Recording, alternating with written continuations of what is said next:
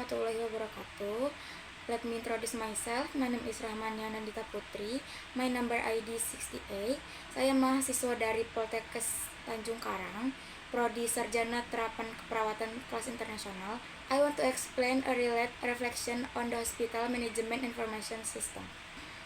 What is SIMRS? SIMRS adalah aplikasi berbasis komputer yang digunakan untuk mengelola data dan informasi di rumah sakit, mulai dari pelayanan pasien, administrasi, hingga manajemen rumah sakit secara menyeluruh. Apa sih tujuan dari SIMRS itu? Yaitu untuk meningkatkan efisiensi, akurasi, dan kecepatan layanan sehingga proses pelayanan kesehatan menjadi lebih mudah, transparan, dan terintegrasi. Apa sih fungsi SIMRS? SIMRS berfungsi sebagai alat bantu dalam pencatatan data pasien, pengelolaan rekam medis, manajemen obat, keuangan, hingga laporan manajemen rumah sakit. Dengan SIMRS, pengambilan keputusan dapat lebih cepat dan berbasis data yang akurat. Next, I will convey reflection related to various regulation in the Minister of Health Regulation on Health Information System in Indonesia, ranging from health center, hospital to the national health system.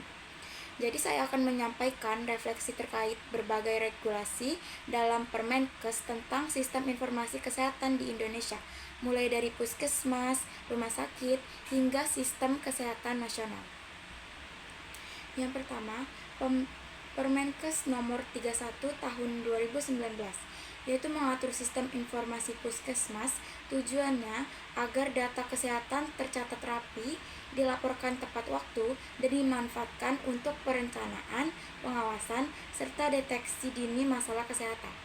Setiap puskesmas wajib mencatat kegiatan, laporan keuangan, survei lapangan, hingga data dari jejaring kesehatan. Semua informasi harus akurat, aman, dan tetap menjaga kerahasiaan pasien. Dengan dukungan tim, pengelola sarana prasarana, pendanaan, serta pembinaan pemerintah. Sistem ini diharapkan mampu meningkatkan mutu layanan dan pembangunan kesehatan masyarakat.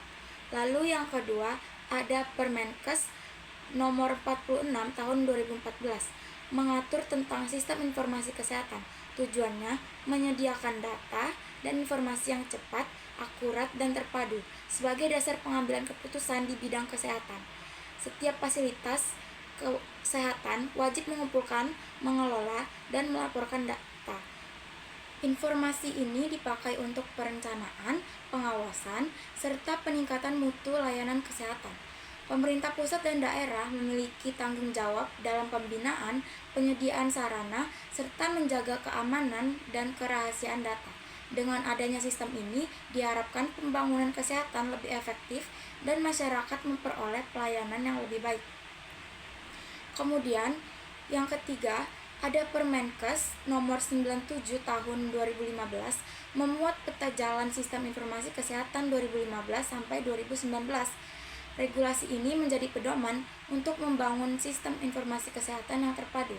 Tujuannya adalah menyediakan data yang akurat dan mudah diakses untuk mendukung kebijakan, perencanaan, serta peningkatan mutu pelayanan kesehatan. Peta jalan ini menekankan pentingnya koordinasi pusat dan daerah, penguatan infrastruktur, serta pemanfaatan teknologi informasi. Yang ketiga ada Permenkes nomor 92 tahun 2014, mengatur komunikasi data dalam sistem informasi kesehatan terintegrasi. Tujuannya untuk menjamin ketersediaan data kesehatan yang akurat, cepat, dan dapat diakses dari kabupaten atau kota, provinsi, hingga pusat. Data kesehatan dikumpulkan, dilaporkan, dan divalidasi melalui aplikasi khusus, lalu dikelola dalam basis data terpusat. Pemerintah pusat dan daerah bertanggung jawab menyediakan sarana, pelatihan, pendanaan, serta menjaga keamanan data. Dengan komunikasi data yang terintegrasi, pengambilan keputusan kesehatan dapat lebih tepat, efisien, dan bermanfaat bagi masyarakat. Kemudian berikutnya ada Permenkes nomor 1171 tahun 2011 mengatur tentang Sistem Informasi Rumah Sakit atau SIRS. Tujuannya adalah memastikan setiap rumah sakit mengelola data pelayanan, sumber daya, dan laporan secara teratur serta terintegrasi. SIRS mendukung pengambilan keputusan, perencanaan, sehingga evaluasi pelayanan kesehatan dengan data yang cepat, akurat, dan aman. Dengan penerapan SIRS, mutu pelayanan rumah sakit dapat meningkatkan, transparansi terjaga, dan masyarakat memperoleh manfaat yang lebih baik. Selanjutnya, Permenkes nomor 82 tahun 2013 mengatur sistem informasi manajemen puskesmas. Aturan ini bertujuan agar data pelayanan kesehatan di puskesmas tercatat rapi, terlapor tepat waktu, dan mendukung perencanaan serta pengambilan keputusan. SIM Puskesmas membantu meningkatkan mutu layanan, memperkuat manajemen, serta menjaga keamanan dan kerahasiaan data pasien. Dengan data ini diharapkan pelayanan kesehatan di masyarakat lebih efektif dan efisien. Next, I will explain the use of the SIMRS application. Selanjutnya saya akan menjelaskan penggunaan aplikasi SIMRS. Beberapa formulir yang terdapat di SIMRS antara lain diagram anatomi berupa gambar tubuh pasien depan dan belakang sesuai dengan keluhan serta tanda tangan dokter.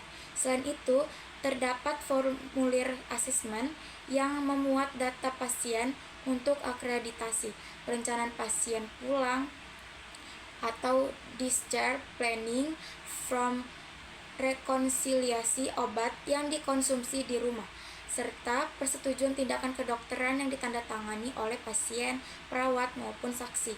SIMRS juga mendukung clinical pathway sebagai tata laksana pasien. Misalnya, pasien gawat darurat atau UGD dengan pencatatan status emosional maupun pemeriksaan lanjutan seperti laboratorium atau USG, serta pemindahan pasien baik internal maupun eksternal. Selain itu, terdapat fitur manajer retup resep di mana dokter menuliskan resep dan pihak farmasi atau apoteker mengambil obat di depo. Status hunian kamar juga tercatat untuk memudahkan penempatan pasien. SIMRS membantu mempermudah pelayanan mulai dari pendaftaran online di mana data pasien langsung tercatat dan meminimalisir antrian. Sistem ini juga dapat membaca kepesertaan BPJS pasien sehingga status antrian dapat dipantau. Waktu tunggu pasien rawat jalan dapat dilihat rata-rata sekitar 60 menit. Data pasien mencakup nama, status pasien baru atau lama, pesertaan BPJS, nama dokter, nomor registrasi, hingga status antrian. Fitur lain terdapat akses bagi PPA atau profesional pemberian asuhan seperti dokter, perawat, bidan, apoteker, fisioterapis maupun anestesi dengan hak akses yang berbeda. Asesmen keperawatan meliputi keluhan awal, riwayat penyakit dahulu hingga kondisi saat ini. Sedangkan implementasi tindakan dapat berupa operasi, semua catatan pemeriksaan pasien atau CPPT terdokumentasi dan dapat dilihat oleh dokter.